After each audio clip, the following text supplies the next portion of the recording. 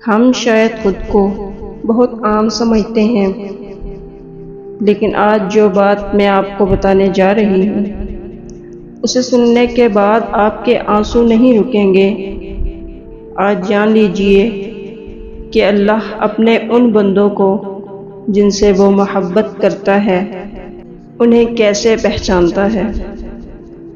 لوگ سمجھتے ہیں کہ اللہ صرف انہیں دیکھ رہا ہے جو مساجد کی پہلی صفوں میں ہیں یا جو بہت مشہور ہیں۔ نہیں، اللہ اپنے بندوں کو ان کے چہروں سے نہیں، ان کے دلوں کی چبھن سے پہچانتا ہے۔ جب پوری دنیا سو رہی ہوتی ہے اور آپ ٹھنڈے پانی سے وضو کر کے اس کے سامنے کھڑے ہوتے ہیں، جب آپ کا نفس آپ کو گناہ کی طرف کھینچ رہا ہوتا ہے اور آپ اکیلے کمرے میں صرف یہ سوچ کر رک جاتے ہیں کہ میرا اللہ مجھے دیکھ رہا ہے، بس اسی لمحے عرش پر آپ کا چرچا شروع ہو جاتا ہے۔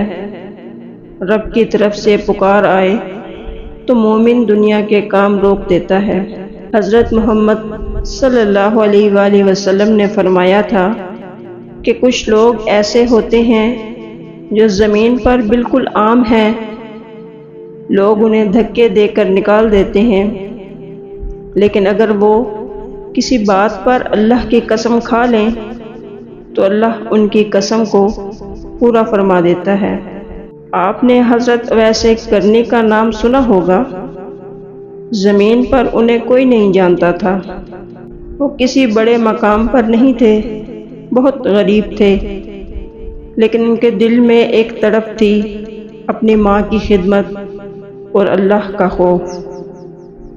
آپ صلی اللہ علیہ وآلہ وسلم نے صحابہ سے فرمایا تھا کہ ایک شخص یمن سے آئے گا، تم ان سے اپنے لیے دعا کروانا۔ سوچیں، صحابہ کرام جیسی عظیم ہستیوں کو کہا جا رہا ہے کہ اس عام سے شخص سے دعا کروانا۔ کیوں؟ کیونکہ اللہ انہیں ان کی خاموش عبادت اور ان کے دل کے نثار ہونے سے پہچانتا تھا۔ آپ کا ہر وہ آنسو جو تنہائی میں گرتا ہے، اللہ کے ہاں اس کی قیمت ہے۔ جب آپ کسی کا برا دیکھ کر بھی بدلہ لینے کی طاقت رکھنے کے باوجود صرف اللہ کے لیے معاف کر دیتے ہیں، تو اللہ فرشتوں سے کہتا ہے، دیکھو یہ ہے میرا وہ بندہ جس نے میرے لیے اپنا حق چھوڑ دیا۔ تو جان لو یہی وہ لمحہ ہوتا ہے جب تم پر دنیا کی ہر دیوار گر رہی ہو، جب سانس لینا بھی بوجھ لگے، جب لگے کہ اب کچھ نہیں بچا، نہ کوئی راستہ، نہ کوئی سہارا، نہ کوئی سننے والا۔ تب اس رب کے آگے جھک جانے کی ادا اسے پسند لگ جاتی ہے۔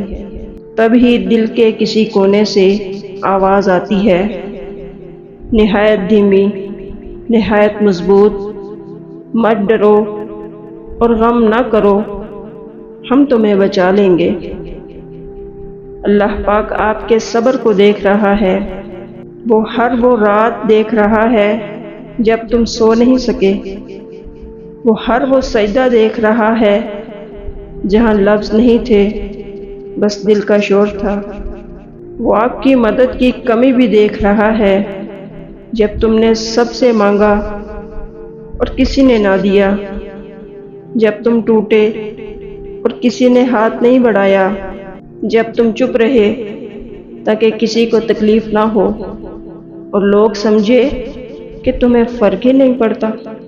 وہ آپ کے بکھرے ہوئے معاملات دیکھ رہا ہے، وہ رشتہ جو ادھورا رہ گیا، وہ خواب جو بیچ میں ٹوٹ گیا، وہ عزت جو لوگوں نے مٹی میں ملا دی۔ اللہ کہتا ہے، اگر تم میرے ساتھ ایماندار ہو تو ڈرو مت، غم نہ کرو، کیونکہ جس کا اللہ ہو پھر اسے ہارنے کا کوئی حق نہیں۔ جس کا سہارا آسمان والا ہو اسے زمین والوں کے دھوکے توڑ نہیں سکتے۔ یقین کریں یہ وقت بھی گزر جائے گا، یہ تکلیف بھی گزر جائے گی، یہ بے بسی بھی، یہ کیوں میرے ساتھ ہی والا سوال بھی ایسے گزر جائے گا جیسے کبھی ہوا ہی نہ ہو، جیسے رات کے بعد صبح کا آنا لازمی ہے، جیسے طوفان کے بعد سمندر کا پرسکون ہونا لازمی ہے، جیسے زخم کے بعد نشان کا مٹ جانا لازمی ہے۔ تمہیں لگتا ہے تم اکیلے لڑ رہے ہو؟ نہیں، فرشتے تمہارے لیے دعا کر رہے ہیں، اللہ تمہارے لیے راستہ بنا رہا ہے، وہ پردے کے پیچھے تمہارے لیے وہ کر رہا ہے جس کا تم نے تصور بھی نہیں کیا۔ بس ایک شرط ہے، ایمانداری۔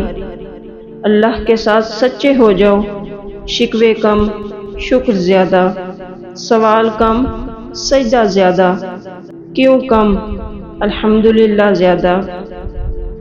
آپ کے ہاتھ میں جو زندگی کا پتہ ہے، اس پر خود سے سوال کیجئے، کیا تم ان میں سے ہو؟ کیا آپ کا شمار ان بندوں میں ہوتا ہے جنہیں اللہ اپنا کہتا ہے؟ پھر دیکھنا، دل کی دل لگی ہی اس کا صحیح جواب دے گی، کیونکہ معاملہ ہم اللہ کے ہاتھ میں دے دیتے ہیں، اور اللہ کے ہاتھ میں جو معاملہ چلا جائے وہ کبھی برا نہیں ہوتا۔ بس تھوڑا صبر، تھوڑا یقین، اور پھر وہ دن آئے گا جب تم پیچھے مڑ کر کہو گے، شکر ہے اللہ، تو نے مجھ پر نظر کرم رکھی، ورنہ ہم کہیں کے نہ رہتے۔ اللہ حافظ۔